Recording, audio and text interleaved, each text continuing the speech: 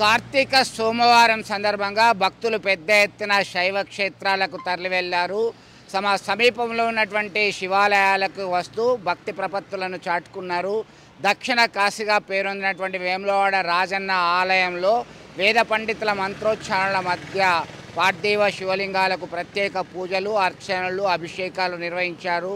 వివిధ ప్రాంతాల నుంచి తరలి వచ్చినటువంటి భక్తులు భీమన్న ఆలయంలో కోడెమొక్కులు చెల్లించుకున్నారు. వివిధ ఆర్జిత సేవలన్నీ కూడా నిర్వహించడం జరుగుతుంది. ఇక ఇతర ప్రాంతాల్లో కరీంనగర్ పాత బజార్లోని శివాలయంలో ఇతర ప్రాంతాల్లో సైతం భక్తులు శైవ క్షేత్రాలకు పోటెత్తి తమ భక్తి ప్రపత్తులను చాటుకుంటూ ఓం నమ శివాయ అనేటువంటి నామాన్ని ఉచ్చరిస్తూ తన్మయత్వం పొందుతున్నటువంటి పరిస్థితి మనం గమనించవచ్చు.